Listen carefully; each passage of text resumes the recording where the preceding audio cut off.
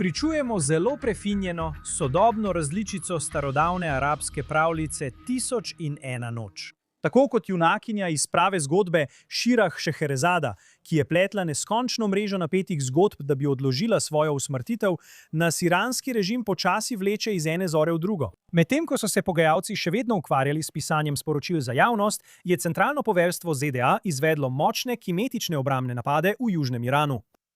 Pentagon je izjavil, da so prestrezali neposredne grožnje, pri tem pa so posebej ciljali na iranska izstrelišča raket in hitre napadalne čolne, ki so jih ujeli pri poskusu polaganja novih min v Hormuški ožini, tistih, o katerih so pravkar potekala pogajanja. Za Iran je prekinitev ognja priložnost, da izboljša svoj položaj in izvaja kršitve.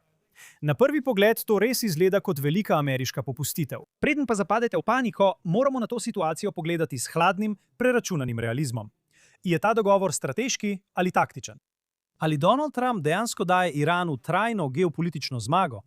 Ta 60-dnevni okvir bolj izgleda kot taktični varnostni ventil na svetovno gospodarstvo. Kdo je v ozadju dejansko zahteval zaviranje v sili? Zanesljiva poročila kažejo, da so bile Saudska Arabija in zalivske države tiste, ki so se obrnile na Donalda Trumpa in ga prosile, naj takoj pokaže zadržanost ter zadrži kakršnokoli veliko vojaško zaostritev z Iranom. Trenutno smo sredi hadža, ki mu takoj sledi Eid al-Adha, veliki muslimanski prazniki. Skoraj 2 milijona muslimanskih romarjev iz vseh koncev sveta se trenutno zgrinja v Meko.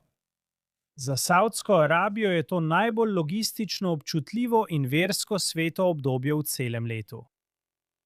In popolna vojna, ki bi izbruhnila prav zdaj, z zelo resnično grožnjo, da bi iranske zavezniške milice sprožili povračilne drone po vsej regiji, polni milijonov civilnih romarjev, bi bila popolna katastrofa za Rijad. Trump odgovarja na neposreden klic na pomoč ključnih arabskih zaveznikov.